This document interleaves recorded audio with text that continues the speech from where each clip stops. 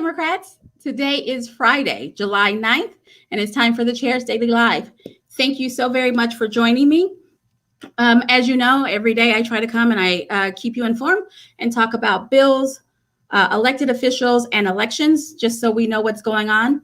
I'm going to skip around and talk about elections first thing.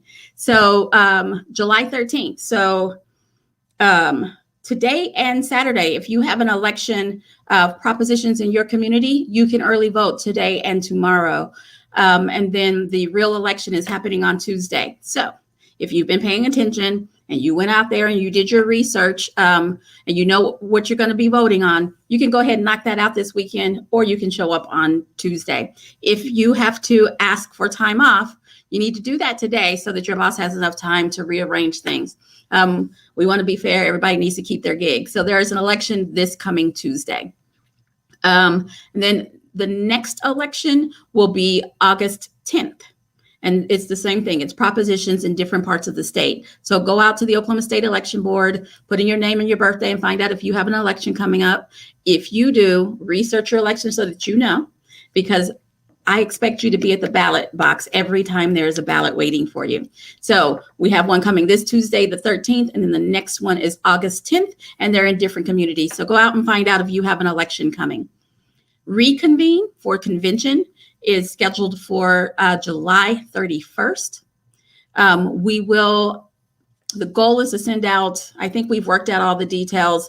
I'm so excited. We went out to the site today to check it out. So we should be able to send out the call on Monday.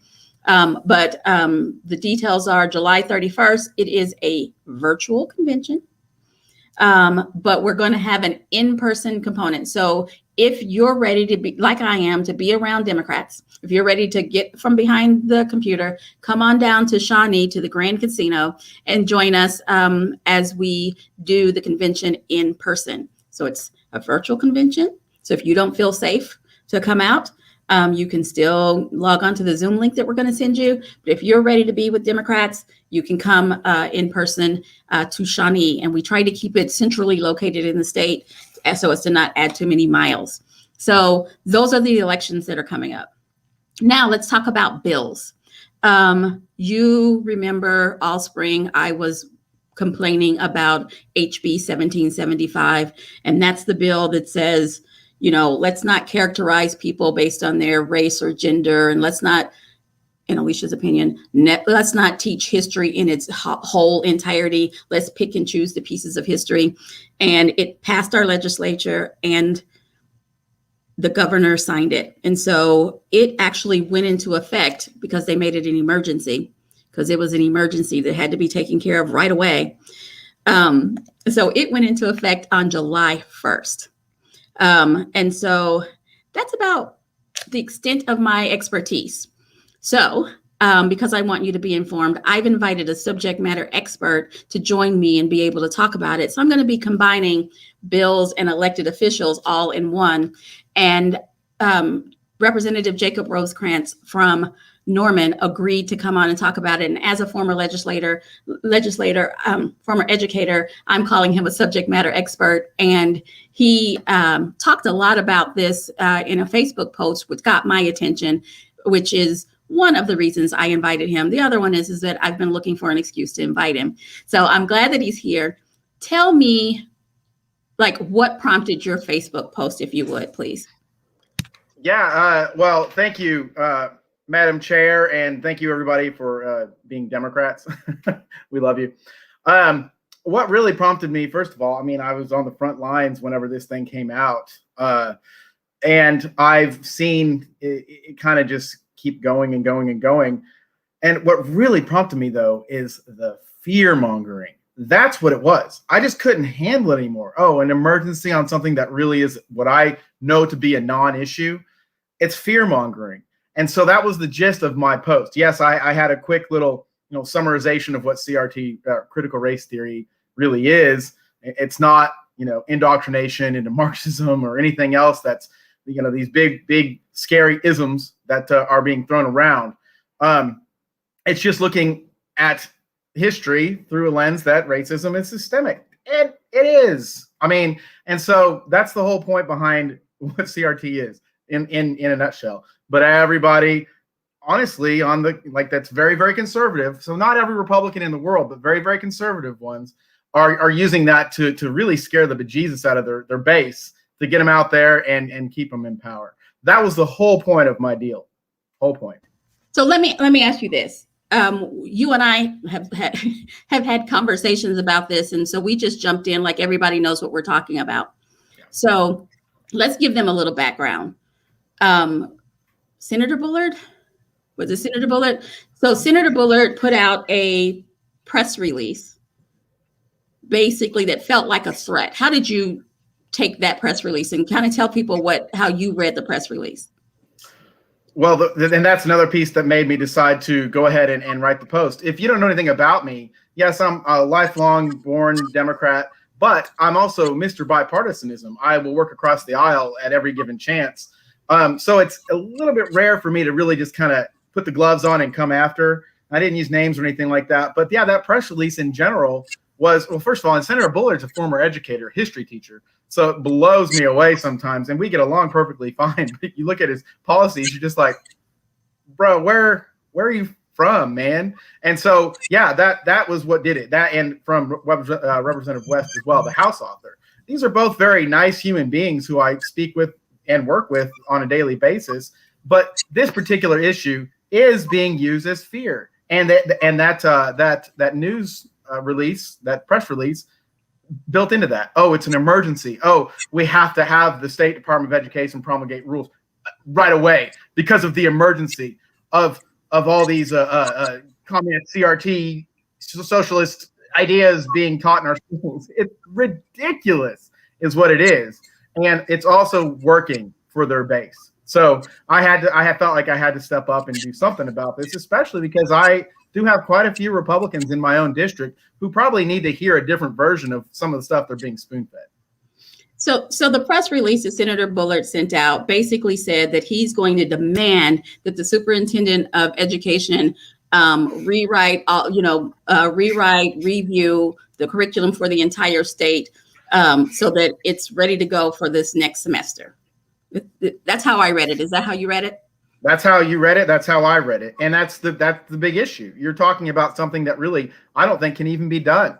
So, okay. So the main issue I have, another thing here too, just passing the bill itself was an issue. And we questioned it. We were like, okay, who has told you this is an issue? And of course the answer was, well, my email box has been full of these stories of just indoctrination, no details, no facts. And that just goes to show you that this is really just to scare folks. And so this next step, though, is bringing it to a whole nother level. They're basically saying, if we go into this school year without you doing something about this, then the communists are taking over. And it's just ridiculous. And that's the best word I have for it, is ridiculous. Because as a common sense human being, former educator myself, who had been in classrooms, never seen anything like this. If anything, what I saw in classrooms from history teachers was conservative ideas being indoctrinated into children. Not this. This is something that is not even existing. And so, yeah, I have a big issue with them saying you've got to just change everything. Plus, in the bill itself, it says if it's in the standards, you're good to go. But we all know that's not really true, especially as teachers. And I was reached out to by so many of my history teacher brethren who were like, oh my gosh, dude, like, what am I going to do about teaching this, and this, KKK, stuff like this? And I was like, you're going to want to teach it still. But then their question to me was, what if a student takes, umbrage to me teaching that, talks to their parent, and then boom, here we go. It's going to be an interesting case study to see when that does happen, because House Bill 1775 is so poorly written that it is a massive slippery slope to what I say, and this is going to sound bombastic, I can do it too. What I say is New Age McCarthyism. So that's where we're at. So I'm not an educator, right? I'm a realtor. I'm not an educator, but just on the face, it doesn't seem that from now until when school starts, the end, for the next 6 weeks, that the entire history curriculum for the entire state can be reviewed and revised. So it doesn't sound like it's possible. And secondly, Yeah, I'm just disgusted at the fear mongering, the scare tactics, the boogeyman, and getting people all up in arms that their kids are going to be indoctrinated. And what's so crazy about it is, if you're concerned about what your kid is learning at school, help them with their homework.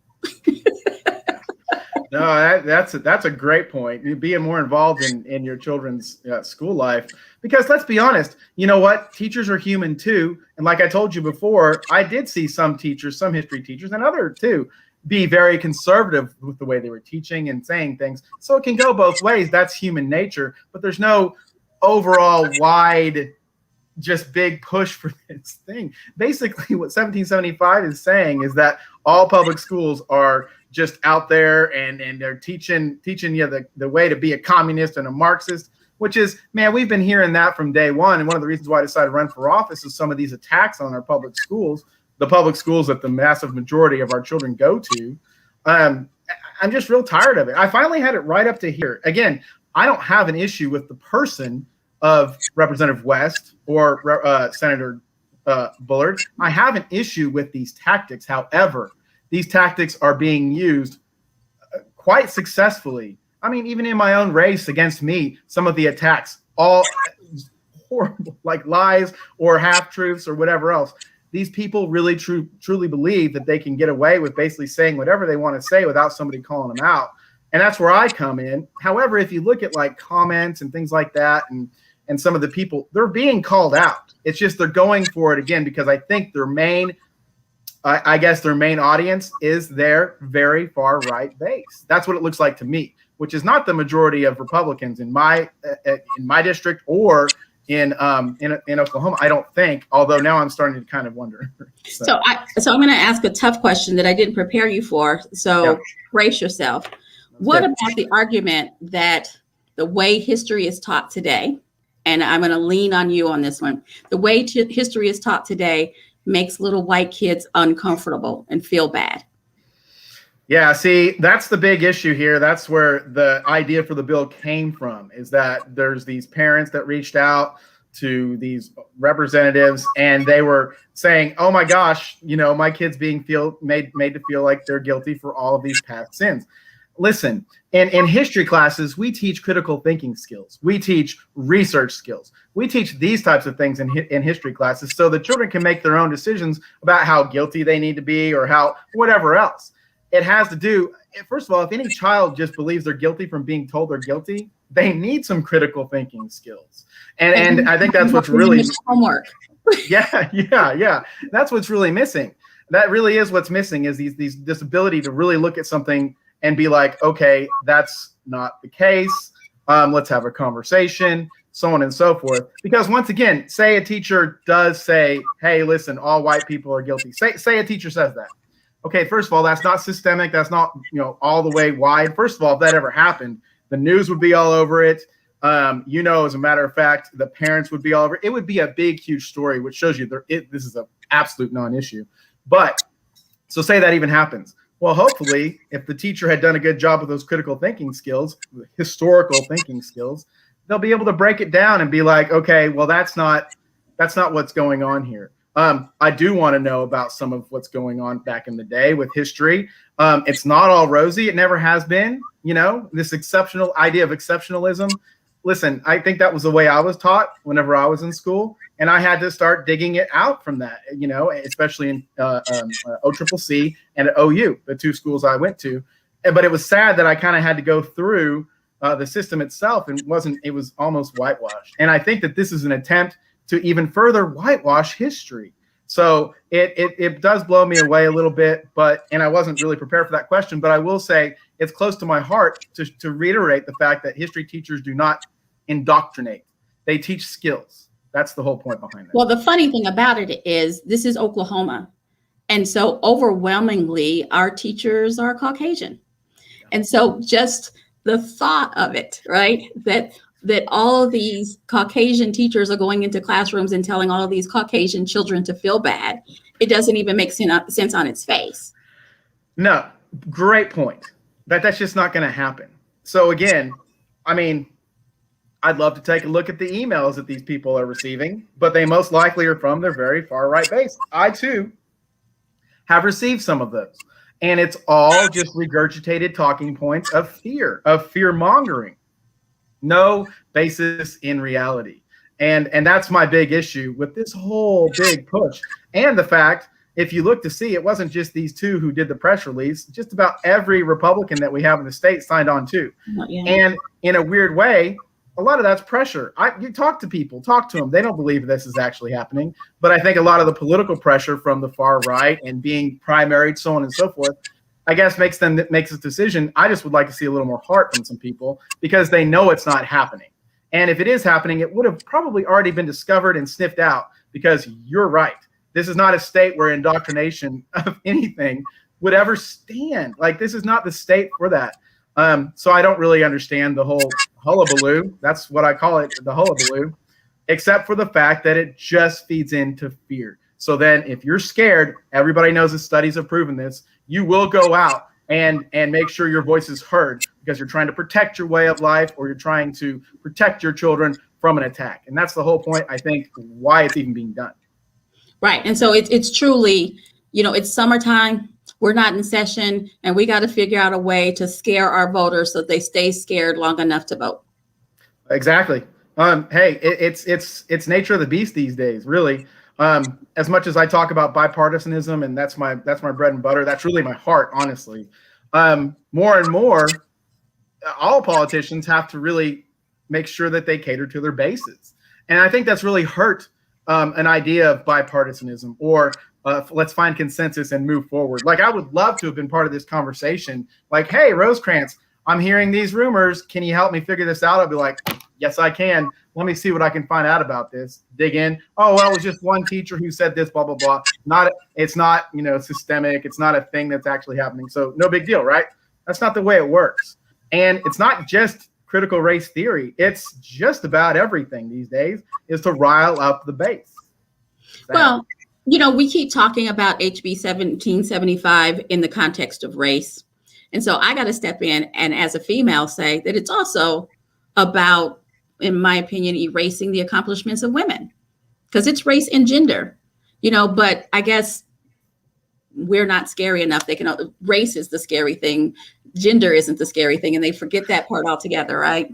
Or, I mean, their base has quite a few women in it too. Maybe that's just the point. I don't know. That's just guessing. But I will say, as I remember the debate, or kind of the questions of this bill on the floor, one of the further right members out there did quote Martin Luther King. And I've had Martin Luther King quotes thrown at me every time I make a post about this, about his dream. What? Speechless. I mean, that's I'm almost speechless. Yes, of course he had a dream that everybody wanted to be, equal, but that's not what's happened. That's not what's happened at all. And so, for that to be like, well, I'm just doing what Martin Luther King Jr. told me to do. What? Is that really the point that you're trying to make right here, right now? I mean, we had gasps when we heard that, because some of the other very, very, very far right policies don't align with anything like that. And neither does misinformation, which is what this is. So, well, it is disgusting when people use usually misquoted Martin Luther King quotes. They're usually twisted a little bit to disguise their, I don't know another way to classify this bill other than racist, right? Because, like I said, we're only talking about the race part. It's race and gender, but the race part is what we're using, what they argued on the floor, and what they're using to scare people. It's gross and it's disgusting. And they weren't as smart as I was. I came to a history teacher and asked for details. So exactly. I wish more people would. And it's not just me. There is a wealth of good, knowledgeable former teachers at the Capitol. Please, y'all come to us. We will help you understand these nuances or whatever else of what's going on in our schools, because, well, we've been in the schools, and that's kind of that's our roots, and that's where we came from. So again, fear, just straight up fear is what's being peddled here. And now also let's talk about this. Power's been consolidated behind the governor. It has been. He has his own state board of education for all intents and purposes. So who knows what this is going to look like when they promulgate the rules. I can't say it's going to be very fair, but we're gonna make sure and keep an eye on that for sure. But like the biggest issue, I've already told you the biggest issue, but one of the main issues as a former educator I have is I wonder if history teachers are even going to want to teach anything anymore, right? Like, is this the whole point?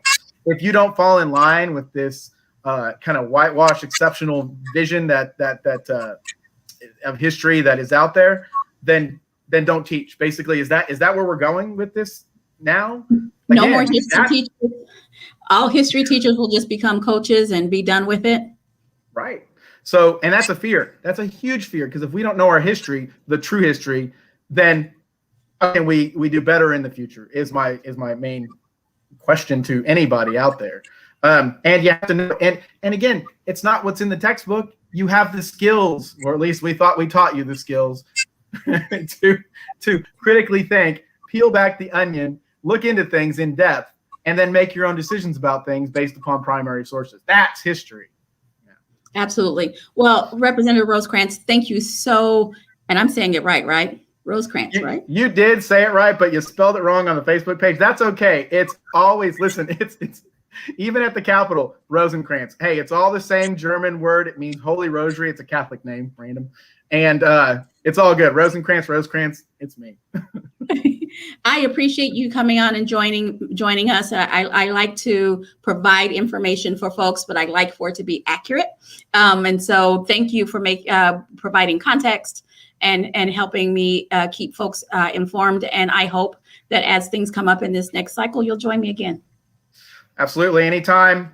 This is thanks for having me on. I appreciate it. All righty. Thank you.